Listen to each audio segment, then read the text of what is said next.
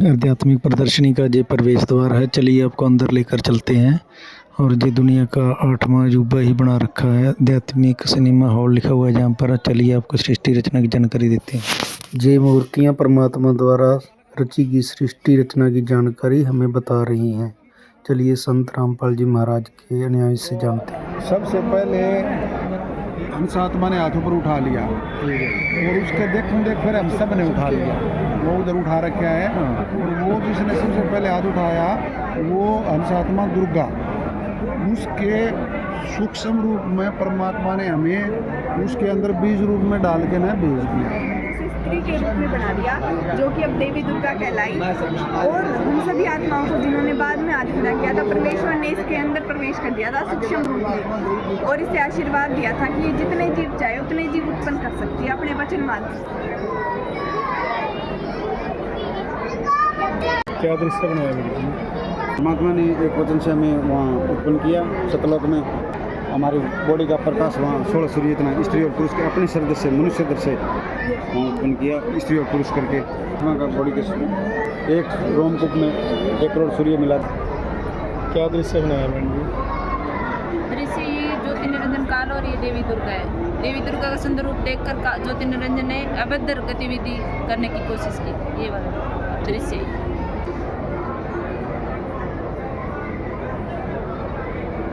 क्या दृश्य बनाया जी? भगत जी ज्योति निरंजन है, उसने अपनी बहन की सुंदरता को देखकर उसके साथ गलत काम करने की कोशिश की, तो उस दुर्गा ने अपनी रक्षा के लिए इसके पेट सूक्ष्म रूप बनाकर इसके पेट के अंदर चली गई।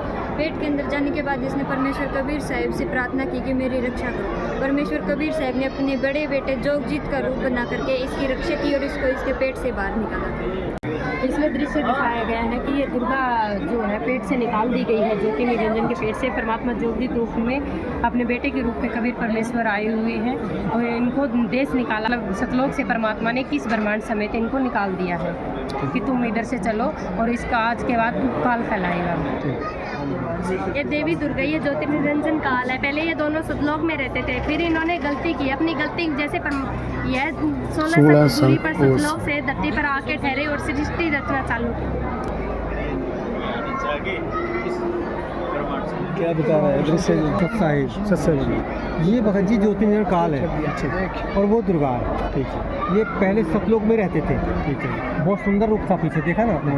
अच्छा, वहाँ इस दुर्गा के साथ में इसने बद व्यवहार किया तो परमात्मा कवि साहब ने इनको वहाँ से निष्कासित कर दिया कि यहाँ रहने लायक नहीं है, तुम भाग जाओ यहाँ। तो वहाँ से ये 21 ब्रह्मांड दे के इसको विमान की तरह उड़ा दिया।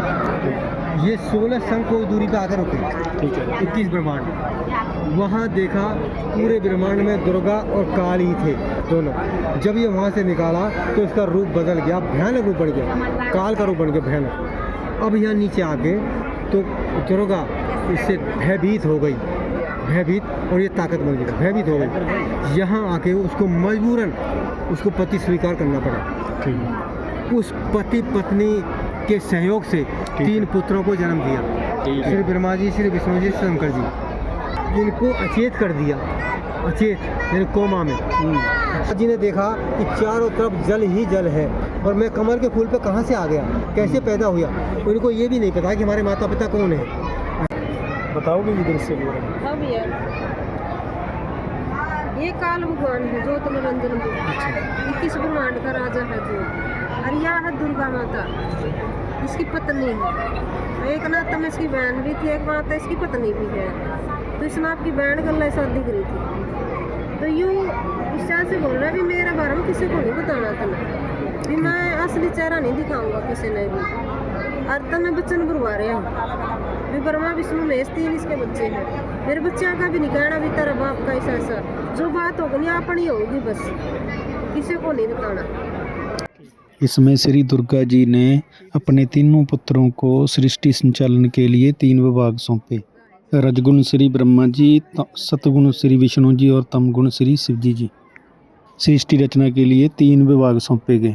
फिर ब्रह्मा विष्णु महेश की शादी के लिए श्री देवी दुर्गा ने अपने ही स्वरूप की 3 लड़कियों को समुद्र में छिपाया और फिर ब्रह्मा विष्णु महेश से कहा कि आप अब समुद्र मंथन कीजिए और वहाँ से फिर 3 लड़कियाँ उत्पन्न हुई।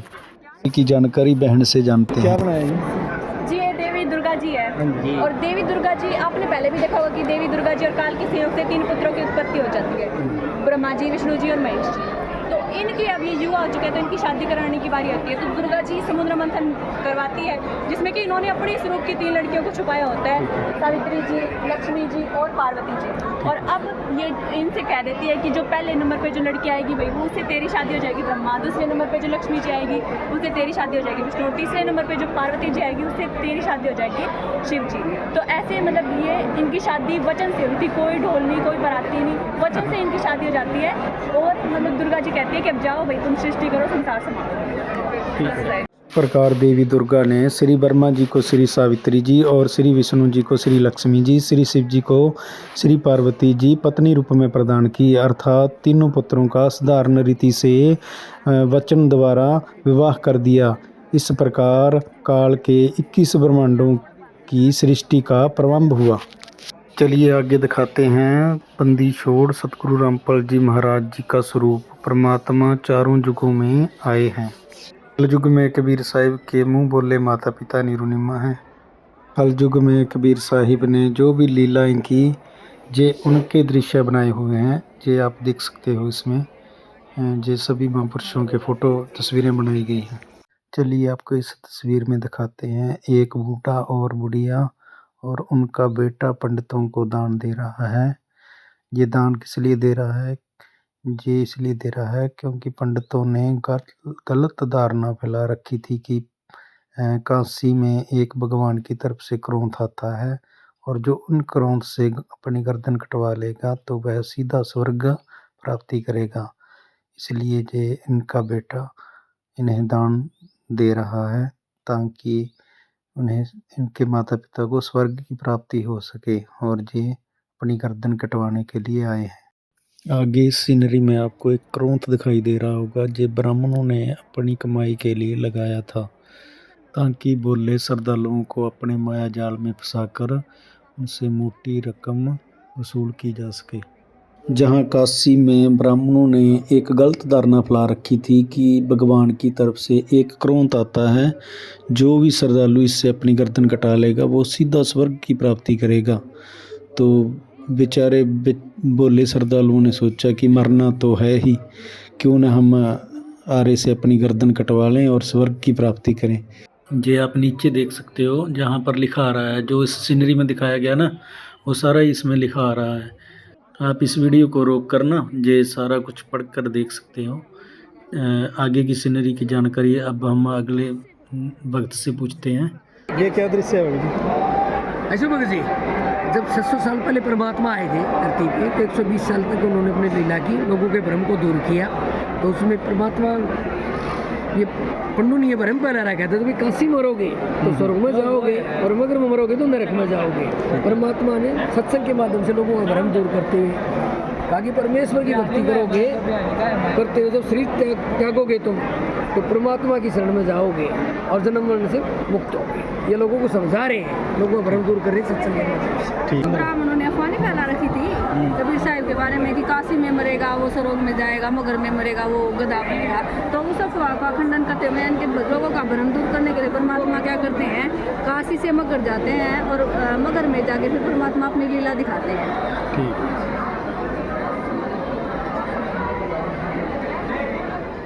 जहाँ पर श्रापित नदी की तरफ परमात्मा ने इशारा किया और वह पानी से भरकर चल पड़ी। मगहर लीला में परमेश्वर कबीर साहिब के पार्थिव शरीर को कब्जे में लेने के लिए दोनों राजा बिजली खान पठान और वीर सिंह बघेल सेना लेकर तैनात खड़े हैं और परमात्मा उन्हें समझा रहे हैं कि आपस में मिलजुल कर रहना है।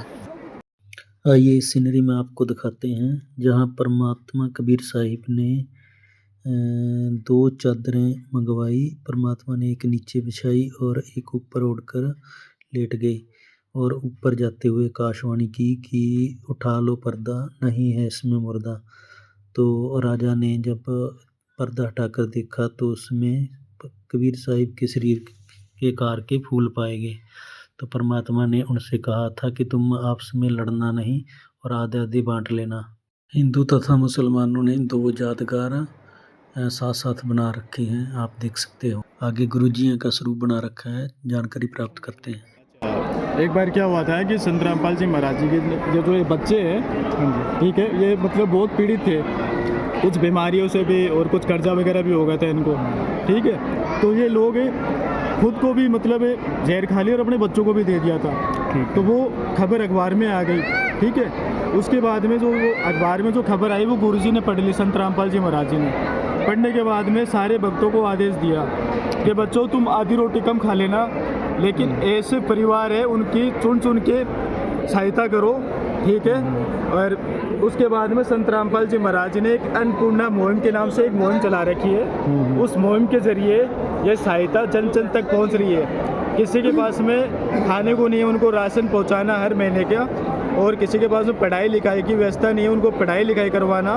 और किसी के पास में ज़मीन नहीं है, उनको ज़मीन खरीद के घर बनवा के देना। ऐसे परिवार जिसकी के पास में कोई कमाने का कोई जरिया ना हो, ऐसे परिवार के लिए संत रामपाल जी महाराज जी ने ये फ्री सेवा कर रखी है। सत साहिब जी। यह वो बाढ़ ग्रसित क्षेत्र दिखाया गया है जहाँ पर 5-6 फुट तक पानी चढ़ गया था, और वहाँ पर संत रामपाल जी महाराज ने पाइप मोटरें देकर वहाँ की वनस्पति और जीव जंतुओं को परमात्मा ने बचाया है। यह वही गांव है जो पहले गुरुजी का विरोध किया करते थे। अब संत रामपाल जी महाराज जी ने पाइप मोटरें देकर जो चमत्कार किया है, और अब वही गांव वाले गुरुजी को जन रक्षक सम्मान से सम्मानित कर रहे हैं। अन्नपूर्णा मुहिम के तहत गरीब असहाय परिवारों को जो लाभ दिए जा रहे हैं, उसमें रसोई का पूरा सामान जैसे चम्मच से लेकर बड़े बर्तनों तक, और 1 महीने का पूरा राशन दिया जाता है। यह वो परिवार हैं जो अन्नपूर्णा मुहिम के तहत लाभ प्राप्त कर रहे हैं। चलिए जानते हैं। क्या क्या सामान देते हैं बड़ी जी? जी देख लो, इसमें वो चीनी है, वो चावल हैं, ये तेल है, ये अमूल का दूध है, ये नमक है, मिर्च है, दाल है, सब आइटम, जीरा जारा सब कुछ, ये साबुन नहाने का, ये पाउडर, वो कपड़े धोने का, सब सामान देते हैं। और महीने से पहले अगर ऐसे अगले को ऐसे लगे कि मुकने वाला है तो 2 रोज़ पहले फ़ोन करके नंबर दिए जाते हैं उनको, आप सामान पहुँच जाएगा बस। ठीक है। हाँ, जिन परिवारों को सुविधा मिली है वो परिवार दिखाए गए? वो हैं। अच्छा, वो परिवार दिखाए उनके गए। तो मकान भी बना के दिए हैं सबके इनके। ठीक है। मकान भी नहीं थे इनके पास। अन्नपूर्णा मुहिम के तहत स्कूल के बच्चों के लिए वर्दी, स्कूल बैग, चप्पल वगैरह दी जाती है। और ये वो परिवार हैं जिनको अन्नपूर्णा मुहिम के तहत संत रामपाल जी महाराज ने पक्के घर बनवा कर दिए हैं। ये तस्वीर में आप देख सकते हो, पीछे घर बना कर दिए गए हैं। अन्नपूर्णा मुहिम के तहत यह वो गांव हैं जो बाढ़ के पानी से 5-6 फुट पानी में डूब गए थे। संत रामपाल जी महाराज ने मोटर पाइप देकर जहां उनकी सहायता की। अब वहां पर किसानों ने गेहूं की बिजाई कर रखी है, और वहां हरियाली लहरा रही है। ये तस्वीर में भी आप देख सकते हो, जहां हरे भरे खेत हो चुके हैं, और सारे गांव संत रामपाल जी महाराज की जय जयकार कर रहे हैं। अब उनके खेत हरे भरे हरियाली से भर चुके हैं। सारे गांव में खुशी का माहौल है। संत रामपाल जी महाराज भगवान हैं। आध्यात्मिक प्रदर्शनी में संत रामपाल जी महाराज जी का घूमता हुआ स्वरूप बनाया गया है। एक तरफ संत रामपाल जी महाराज जी का स्वरूप लगाया गया है, और दूसरी तरफ बंदी छोड़ परमेश्वर कबीर साहिब जी का स्वरूप लगाया गया। ये देख सकते हो।